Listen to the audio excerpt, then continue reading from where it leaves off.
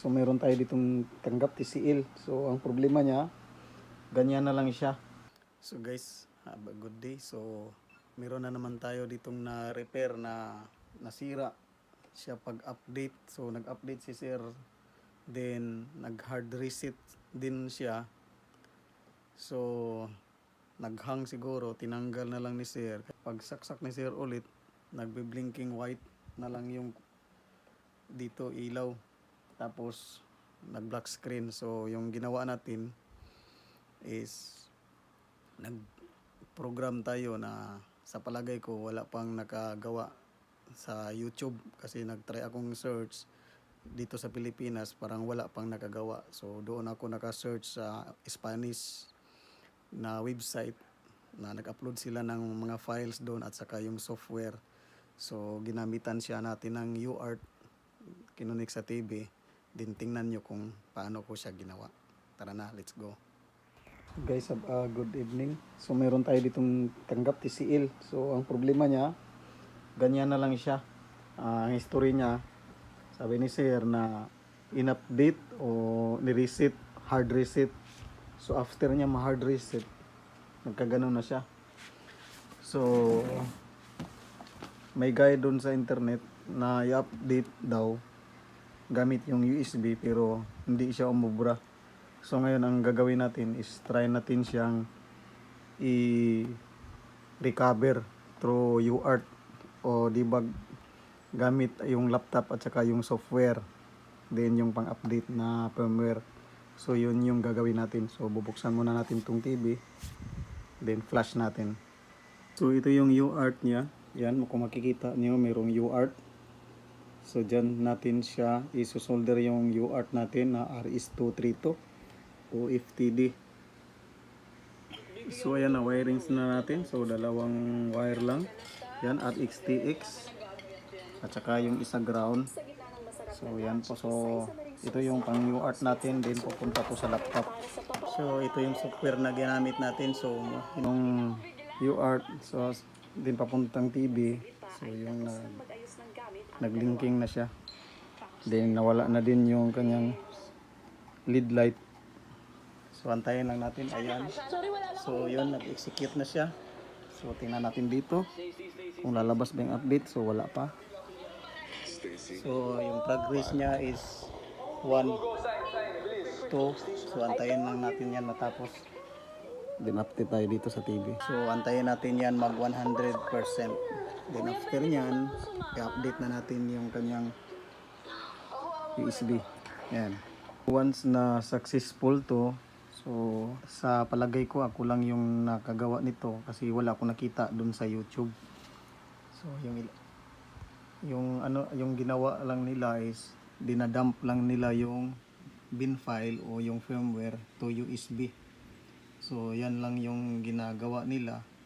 Pero doon din sa gamit sila ng RTH09 ba yun na ISP programmer. So yun yung ginamit nila. So ngayon ang ginawa natin, ito lang UART, then bali ito yung magiging flash file pa rin niya. So ang ni-recover lang natin is yung kanyang recovery kasi ayaw na siyang mag-boot into recovery. Kaya napilitan tayong maghanap ng software sa mga electronics doon sa forum na nabasa ko. So ayan. So yung update natin is 38% na siya. So ito pala ay magsosolve ng mga corrupted firmware na na-reset nyo, na hard reset nyo, then biglang nag-run out or na-plug out nyo yung AC adapter tapos di natuloy. So ganyan yung mangyayari. Mag-blinking lights na lang yung kanyang standby power, standby lights. So dito. So yun yung ina-upload niya na file.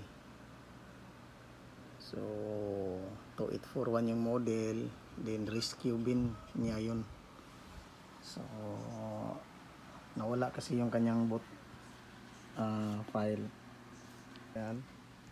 So 100% na siya in progress. So antayin natin kung mayroon pang lalabas dito. So ayan, so born success tayo. So titingnan natin yung TV. So dito na tayo sa TV. Ayan. So try natin siyang i-press ang power. So ayun. So binasa na yung USB pero hindi pa siya nag-boot up. Ayan. At least nabasa na yung USB. So antayin na lang natin na mag-boot up siya. So, matagal pa siguro yan mag-boot up. Ayan. So dito iba na naman yung lumabas. So okay na siya, authentication key. So try natin to update by firmware USB. Yes.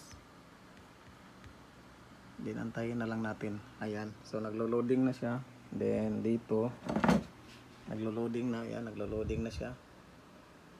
So titingnan natin dito sa TV. Ayan kasi nagpa-flashing na yung ano. Then yung sa TV wala pang display. So di siguro yan mag-display. So antayin lang natin yan matapos. Ayan. So ayan yung mga codes. Nagsilabasa na. Then dito sa TV. So wala pang display. Ayan. So antayin natin yan matapos magra-write. So kung makikita nyo dito sa software natin, so install yan display. So iba na namang tools. So dalawang tools na software tools ang ginamit natin. So hindi iisa. Then ayan, so nagpa-flashing na siya, ibig sabihin nag-update na. Yan. Pa-flashing light na siya. So ibig sabihin nag-update siya, background. So walang display. So dito rin sa software. So may nakalagay dito na do not power off during updating. So antayin na lang natin yan. Dito na tayo sa TV. So ayan, lumabas na yung TCL. So ibig sabihin tapos na natin siyang ma-reprogram. Akala ko error. So yun. Yan. So ang nakalagay dito, may nabasa ako ditong completed na. Yan, completed din success.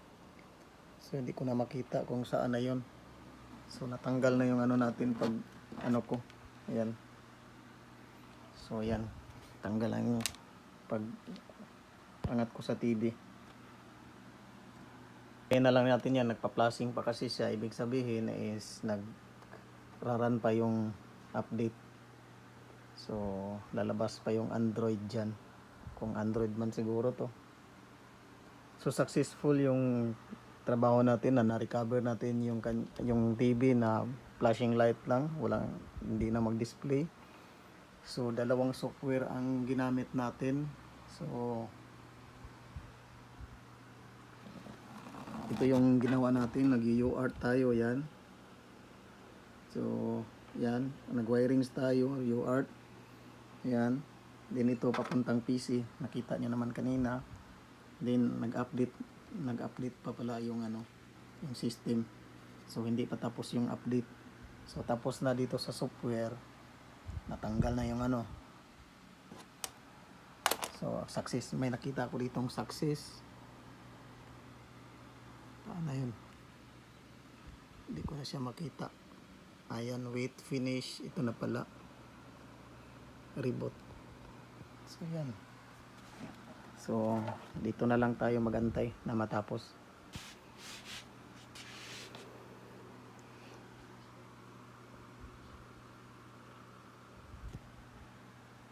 Natapos na siya. So, i-screw ko muna to. Then, tuloy natin sa setup.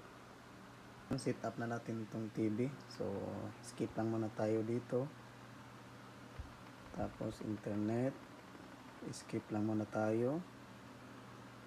Tapos accept, tapos yes, tapos no lang muna tayo dyan.